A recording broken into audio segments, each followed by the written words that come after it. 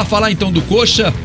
O Rogério Scarioni acompanhou as entrevistas lá direto do estádio Joaquim Américo, né? As falas do técnico Antônio Carlos Zago. A gente mostrou os lances aí no bloco anterior. Vamos falar então um pouquinho mais do Coritiba, que agora foca no jogo contra o Atlético Mineiro no próximo sábado, jogo no estádio Couto Pereira. Rogério Scarioni. Linhares... mais um Atletiba, né, Rogério? Mais um Atletiba, né?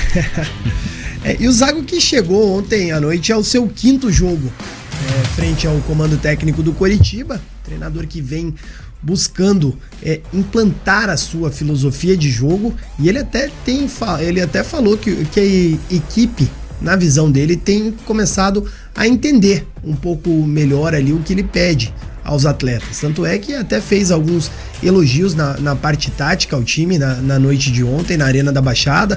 Falou que o Coritiba foi fiel à sua proposta de jogo, e realmente, né, nessa parte a gente acaba concordando com o Zago, porque o Coritiba teve ali uma marcação muito bem encaixada em grande parte da partida, conseguiu entender o que o Zago propõe com um esquema com 3 zagueiros.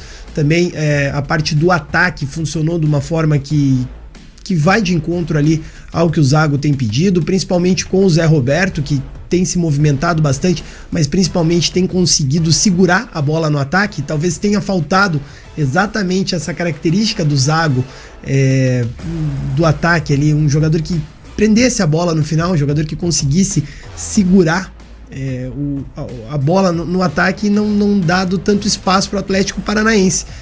E o Zago, ele até fala, né, que o Coritiba ele perde o jogo ontem por erros individuais, por erros bobos. Sobre o segundo gol, ele acaba falando: um time experiente jamais pode levar um gol de lateral. Então o Coritiba falhou. E no terceiro gol também foi um descuido. Então o Zago, aos poucos, ele vem também buscando, né, um entendimento melhor do time. E ontem, né, ele parece também ter ouvido a torcida, porque ele colocou em campo o Marcelino Moreno, que era um jogador muito pedido pelos torcedores do Coritiba. É um jogador que chegou no início da temporada com a missão de ser o camisa 10 desse time. O Coritiba, que inclusive tirou, né, da aposentadoria essa camisa 10, entregou para o Marcelino Moreno, fez um barulho enorme nas redes sociais, colocou o jogador como a grande contratação da temporada. E ontem o Zago deu uma oportunidade, pela primeira vez sob o comando do treinador. O Marcelino Moreno foi titular da equipe do Coritiba e pelo jeito deu uma resposta positiva. E ao final do jogo o Zago falou, né, especialmente sobre esse jogador.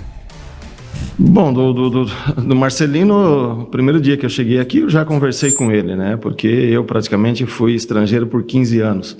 Então, é um jogador que precisa de uma conversa, de um carinho todo especial, não só meu, como da direção e de todo mundo. O pessoal está fazendo com que ele se sinta sempre mais à vontade. Teve a oportunidade, fez um gol, mostrou o seu futebol. Então é mais um jogador que a gente ganha, né? A gente está procurando dar oportunidades para que todos possam mostrar o seu futebol, e acredito que nós ganhamos vários jogadores aí nos últimos jogos.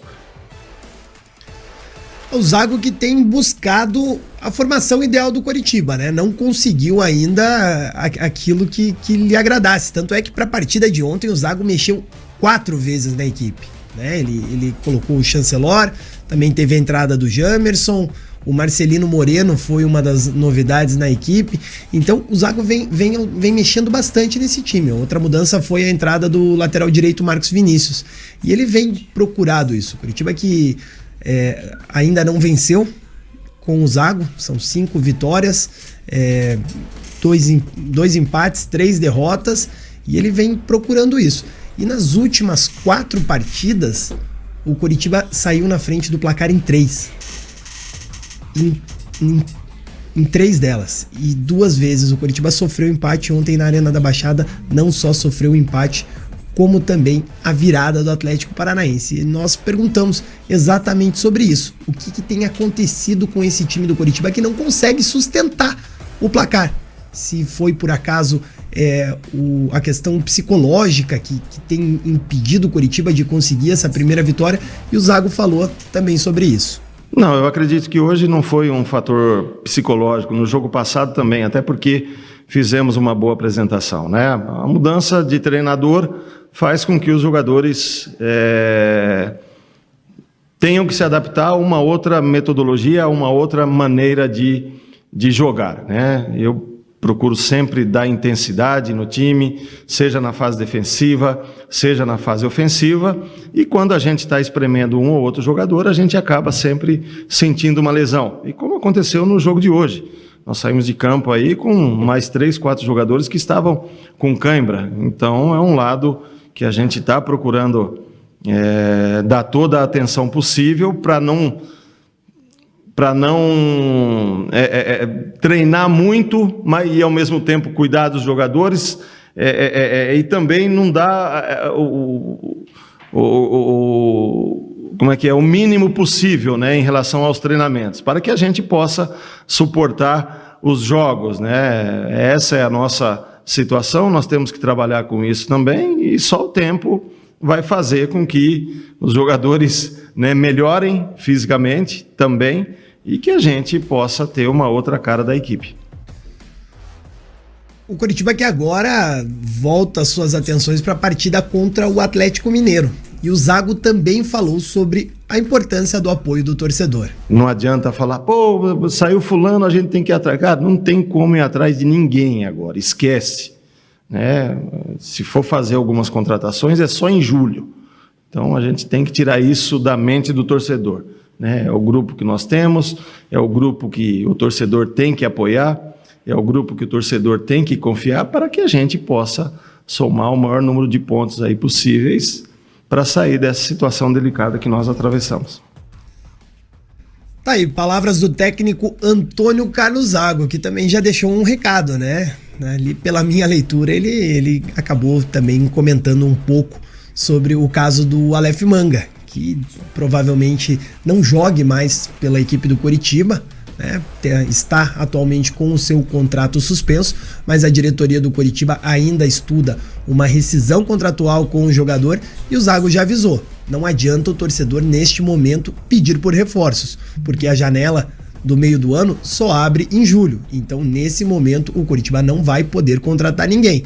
Caso o Zago tenha que mexer na equipe e buscar um substituto, principalmente para o Aleph Manga, que é o artilheiro do Coritiba na temporada, ele vai ter que se reinventar e buscar esse jogador dentro do próprio elenco. Então tá aí, né? O Scarione trazendo as informações, a palavra do Antônio Carlos Zago. E tem esse negócio, né, da janela, né? Coritiba vai ter que ir com esse elenco que tem aí, com esses jogadores. A gente tava fora do ar até falando sobre essa questão da janela. Eu acho que estrutura muito mais o futebol brasileiro com isso.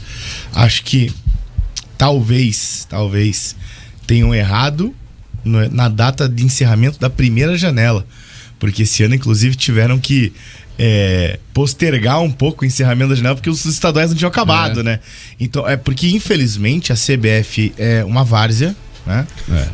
Na minha opinião, a CBF é uma várzea, e a CBF não tem uma estruturação de campeonato decente, porque a CBF ela vai lá e homologa jogos de 10 em 10, ou às vezes menos e menos. Quer ver? Eu vou até dar uma olhada aqui nesse exato momento, até qual rodada temos homologado. Estamos na 7ª rodada, tá? Na 11ª não tem mais homologação. É até a 10ª. Então, pelo amor de Deus, gente, se eu tenho um parente atleticano que quer assistir o jogo do Atlético na 12ª rodada contra o Corinthians no dia 25 de junho, daqui 1 mês e 10 dias só, não mês e 10 dias, ele não consegue se programar, porque ele não sabe se vai ser sábado, se vai ser domingo, se vai ser segunda. Não tem como. Então, assim, aí fizeram o calendário, já tinha definido a data de janela, mas a janela fecha antes do final dos estaduais. Aí o Coritiba que tava, sei lá, querendo contratar por exemplo, o menino do Água Santa lá, o meia, o Luan Dias. Mas o Luan Dias vai deixar o Água Santa antes da final pra vir pro Coritiba? Não vai. Não tem porquê. Aí a CBF vai lá e tem que postergar o encerramento. O Rafael geral, Gustavo Gomes, nosso ouvinte, está perguntando se o Gabriel e o Wesley Pomba, que vieram do Grêmio, têm condições de ajudar o Coxa. Eu tenho que perguntar isso pro Rogério. Pra ser muito sincero. Como é que tá sendo visto os dois dentro do clube, Rogério? São apostas, ainda são jogadores que Aposta pelo é perigoso, que, hein? segundo o Coritiba, Não fala essa palavra. olha que Aposta Nesse na terra momento e não dá pra pio, falar né? mesmo. Dura a cabeça das pessoas aí, acho que é página policial. Então, são jogadores que, no entendimento do Coritiba, e eu conversei com uma pessoa da diretoria, que foram trazidos neste primeiro momento para serem observados, né? Principalmente a questão do Gabriel Silva. Ele foi trazido neste momento para ser observado e ver se o investimento vale a pena a longo prazo. Então não é um jogador que chegou para jogar, né? Apesar de ter vindo num momento ali que o Coritiba tinha uma carência muito grande por reforços, precisava qualificar o seu elenco e trouxe ali aqueles 5 jogadores na semana. Pelo menos o Gabriel Silva ainda está em fase de observação. O Wesley Pomba, ele foi comprado pelo Coritiba. O Coritiba adquiriu uma parte dos direitos do jogador e ele tem sido relacionado para o banco de reservas. Só que o Zago ainda não colocou para jogar, né? O jogador não fez a sua estreia.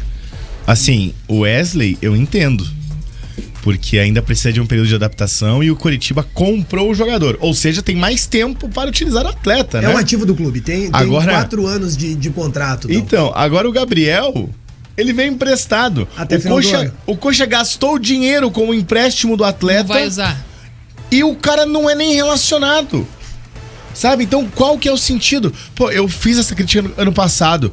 Podem gostar, podem não gostar do Luizão, tá? Mas o Luizão, artilheiro da Copa do Brasil Sub-20, o Coritiba foi lá, emprestou ele pra Arábia Saudita e pagou 500 mil no empréstimo do Cadorini pra ele vir pra cá. Existe algum sentido na cabeça de vocês? Na minha não existe. Não. Uma observação aqui do nosso ouvinte, o Lucas Salles. Tá falando aqui, ó. O Atlético teve 9 jogos em um mês. O Coxa 4 jogos no mês. E vocês ainda falam de gramado, de cansaço por causa do gramado. Tem que mandar todos os preparadores físicos embora. Ele quer Coxa Branca. Alguém disse cansaço Não, pelo gramado? Teve uma pessoa que tá. ali Que no perguntou, chat falou no se intervalo, o que gramado perguntou se perdão. tinha prejudicado. Se a grama sintética poderia ter feito o Coxa cansar mais. Eu acho que o grande grama sintética cansa mais O do jogo é mais normal, rápido. porque o jogo se torna mais rápido. Mas hoje o Coritiba consegue treinar num gramado sintético. Hoje o no CT, Coritiba né? consegue treinar num gramado sintético, mas não é algo que faz sempre. Tá? Até porque não vai ficar treinando no gramado sintético pra jogar no Couto, né? Sim. Não tem porquê. Mas eu acho que pra o esse jogo jogo se contra o torna Atlético, mais o rápido. time já Mas o tá problema é que o Coritiba tem preparado com cansado em vários jogos, né? É. Não é só nesse jogo. Então, eu não coloco a culpa no gramado. O gramado, sim. Apesar do torcedor achar que não e tal, sim, o jogo é muito mais rápido e vai desgastar mais. Mas no jogo contra o Vasco, no final da partida, Tá o jogador todo do morto. Coxa tava Então, morto. é isso que eu tô falando, Natanael né? tava andando É em isso que eu campo, tô falando. gente. E daí, claro, pode ter o problema da preparação física. Conheço profissionais que estão lá, acho que são muito bem qualificados para estarem lá, né?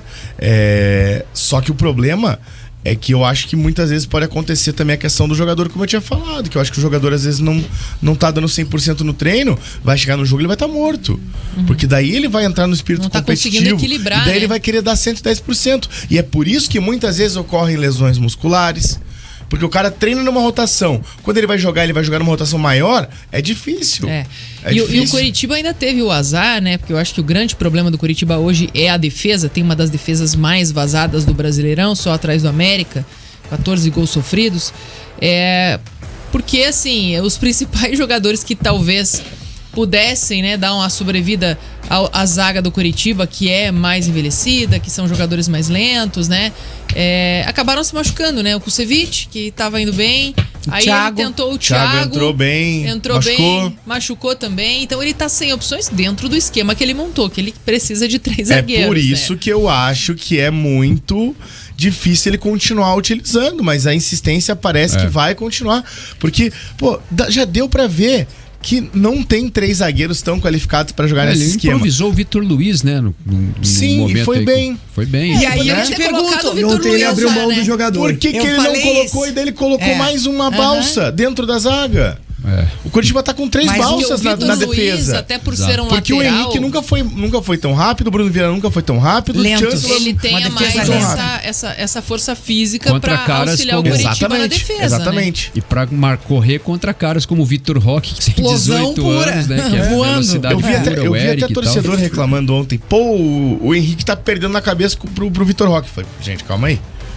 Todo mundo perde na cabeça pro Vitor Roque. Ele pode ter 1,70 de altura, mas isso aí, calma. Uma coisa é a velocidade. E realmente, vai ser difícil você encontrar zagueiros que vão ganhar na velocidade do Vitor Roque. Sim. E eu estou falando isso no nível geral.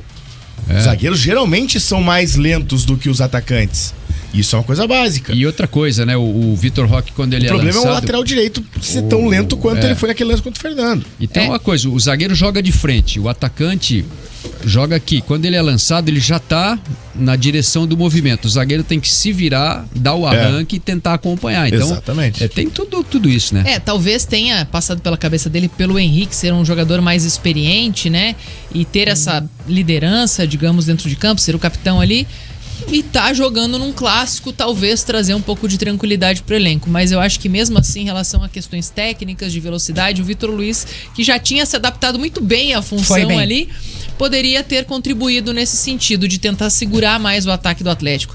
Porque em relação ao ataque do Coritiba, apesar do baita desfalque que o Manga passa a ser pro Coxa, eu vejo evolução no time. Eu vejo que tanto o Zé Roberto quanto o Moreno, que o treinador agora, né, conheceu, viu as credenciais dele, viu que ele pode ajudar ali no meio campo, na criação, né, fazer a bola chegar no ataque. E eu acho que usar mais o Caio também. Ele colocou o Caio aos 41 do segundo tempo, né? Eu acho que é um jogador talentoso, habilidoso, que tem essa explosão, tem essa juventude, tem personalidade e pode ajudar o Coritiba a conquistar a sua primeira vitória. Jana, Muito bem. Pois não. só em relação ao Caio César, o que eu vejo ali de baixo ali no gramado é que ele é um dos jogadores mais cobrados pelo Antônio Carlos Zago. O Zago o tempo inteiro busca orientar o Caio César.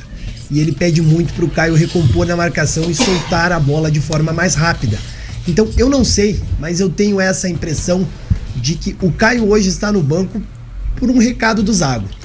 Acho que o Zago... o time também, né? Sim, não, concordo. Sei lá, eu acho uma estupidez isso. Acho que, o cara exatamente. quer... Mas acho que o Caio César, ele muitas vezes acaba não assimilando aquilo que o Zago pede a ele. E aí, por conta disso, eu acho que ele acabou indo para o banco de reservas. Eu acho que é mais um recado do treinador ao seu jogador. O Brasileirão teve a 6ª rodada aí no final de semana. O Flamengo ganhou do Bahia, o Fluminense do Cuiabá, Palmeiras e Bragantino empataram. Teve a vitória do Atlético Mineiro no Inter. O Santos surpreendeu o Vasco lá em São Januário, venceu por 1-0. Teve empate no clássico entre Corinthians e São Paulo. Grêmio e Fortaleza também ficaram no empate. Goiás quebrou aí a invencibilidade do Botafogo, né? 2-1 lá em Goiânia, 3-2 no clássico Atletiba, e o Cruzeiro no clássico mineiro lá contra o América goleou por 4-0. A classificação do campeonato tem o Botafogo ainda na liderança. O Botafogo soma nesse momento 15 pontos ganhos, 5 vitórias em 6 jogos. O Palmeiras tem 14, Fluminense 13, Cruzeiro, Atlético 12 pontos. Pelos critérios, o Cruzeiro está na frente. Atlético Mineiro, Santos, Fortaleza 10 pontos. Flamengo e São Paulo tem 9, fecham aí o grupo dos 10 primeiros. Aí temos Grêmio com 8, Inter e Bragantino com 7, Bahia, Goiás e Vasco com 6 pontos. A zona do rebaixamento tem o Corinthians com 5, Cuiabá com 4, Coritiba com 2 e o América com apenas 1 ponto ganho, né? Coritiba e América são os 2 únicos times que ainda não conquistaram vitória neste campeonato brasileiro, nesta situação aí após 6 rodadas, né? Na próxima rodada, já no outro final de semana, vamos ter Bahia e Goiás, Botafogo e Fluminense, São Paulo e Vasco, Bragantino e Atlético Paranaense, Coritiba e Atlético Mineiro, América Mineiro e Fortaleza, Santos e Palmeiras. Todos esses jogos no sábado. No domingo tem Flamengo e Corinthians, Grêmio Internacional, Grenal e Cruzeiro e Cuiabá. São os jogos aí que dão sequência ao Brasileirão. Lembrando que na quarta-feira tem rodada das 8avas de final da Copa do Brasil.